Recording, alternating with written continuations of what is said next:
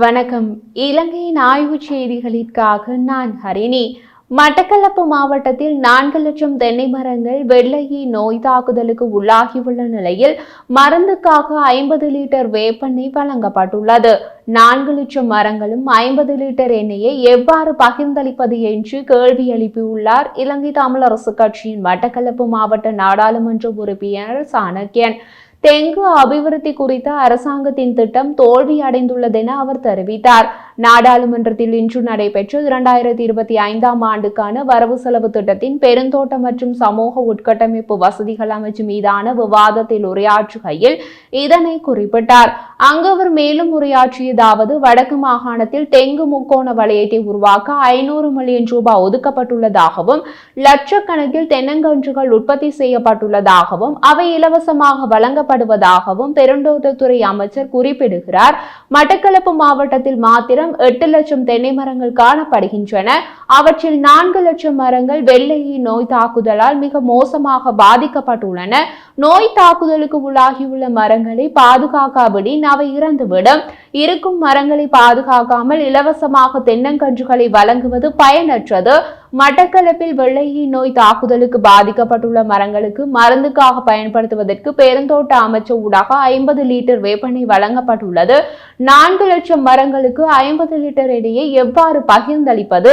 தெங்கு அபிவிருத்திக்காக அரசாங்கம் எடுக்கும் நடவடிக்கைகள் தோல்வி அடைந்துள்ளது என்றே குறிப்பிட வேண்டும். தென்னை மரங்களை தாக்கியுள்ள வெள்ளை பிரச்சினைக்கு தீர்வு காண அரசாங்கம் எடுத்துள்ள நடவடிக்கைகள் என்னவென்று கேள்வி எழுப்பினார். அத்துடன் கடந்த கால பகுதியில் ஊழல் மோசடியில் ஈடுபட்ட அமைச்சர் ஒருவர் தற்போது இந்த அமைச்சரவையில் உள்ளார். ஆகவே முடியுமானால் அவரை பதவி நீக்குங்கள் என சாணக்கியன் தெரிவித்துள்ளார். தற்போதுள்ள அனுர அரசாங்கத்தில் ஊழலற்ற அமைச்சர்கள் இல்லை என்றாலும் சிலர் அதற்குள் உள்ளடங்கத்தான் செய்கிறார்கள்.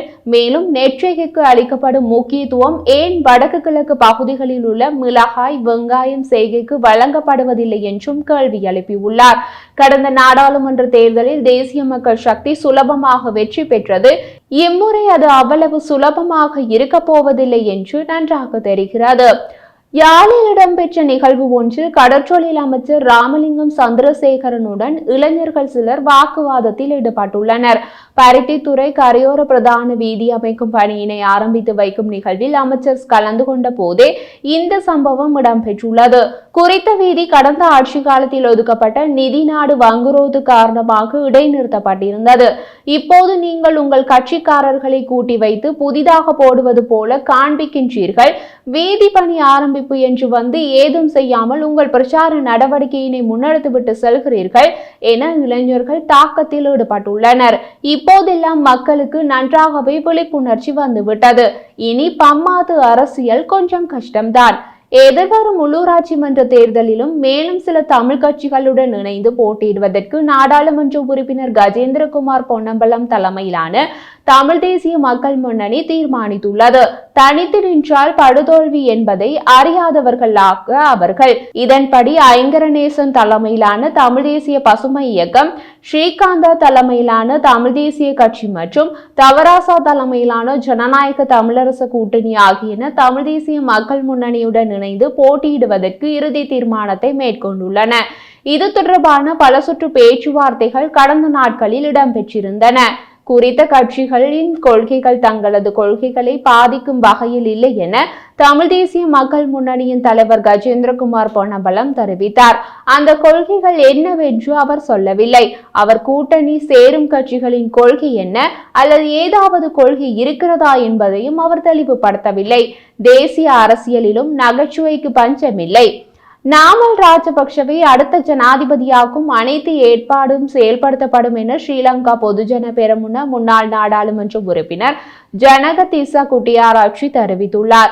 ஸ்ரீலங்கா பொதுஜன பெரமுன தலைமையகத்தில் ஊடகங்களுக்கு கருத்து தெரிவிக்கும் போதே ஜனக குட்டியாராட்சி இவ்வாறு குறிப்பிட்டுள்ளார்.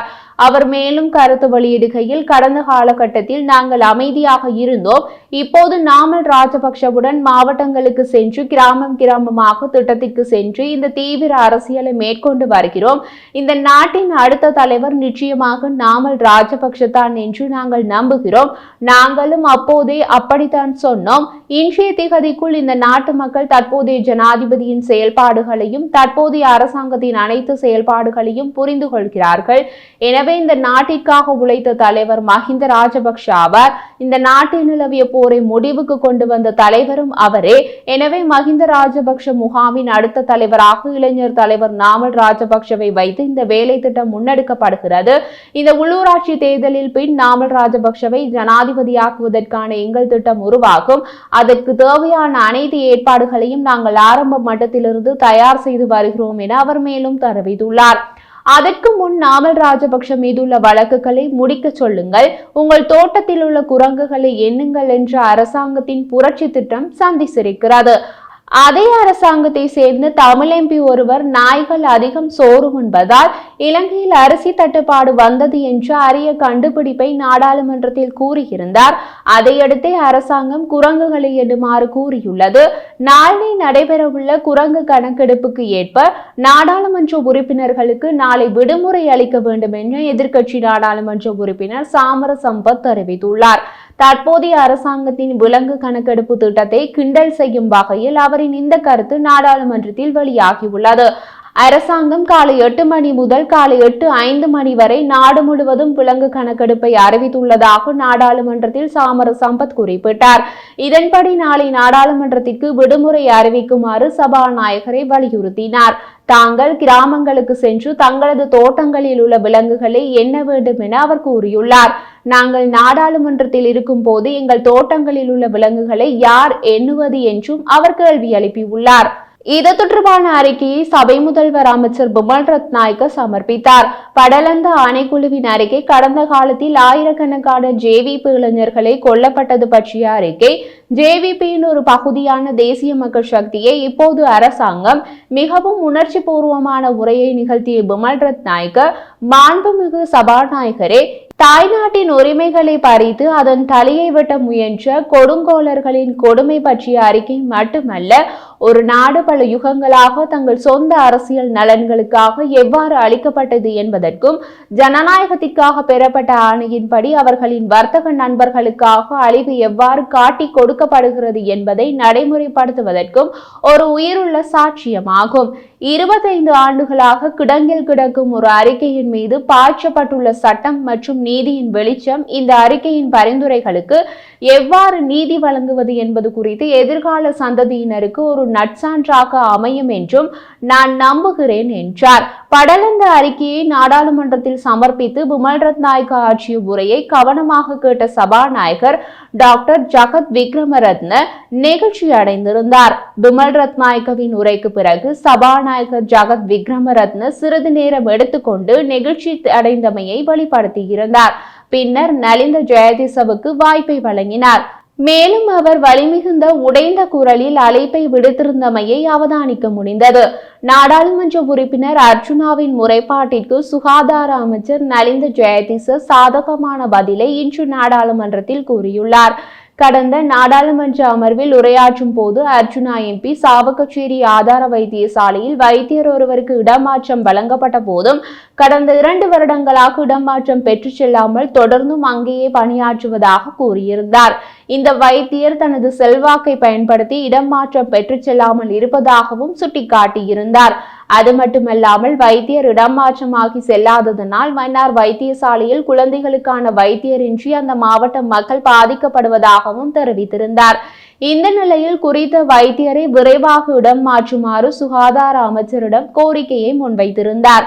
இந்த முறைப்பாட்டிற்கு இன்றைய நாடாளுமன்ற அமர்வில் அமைச்சர் நலிந்த ஜெயதிச கூறியதாவது, அர்ஜுனா எம்பி கூறிய முறைப்பாட்டினை பரிசீலித்துள்ளேன். அந்த வைத்தியர் மன்னார் வைத்தியசாலைக்கு இடமாற்றம் செய்யப்பட்டுள்ளார் என்று சாதகமான தீர்ப்பினை கூறியுள்ளார்.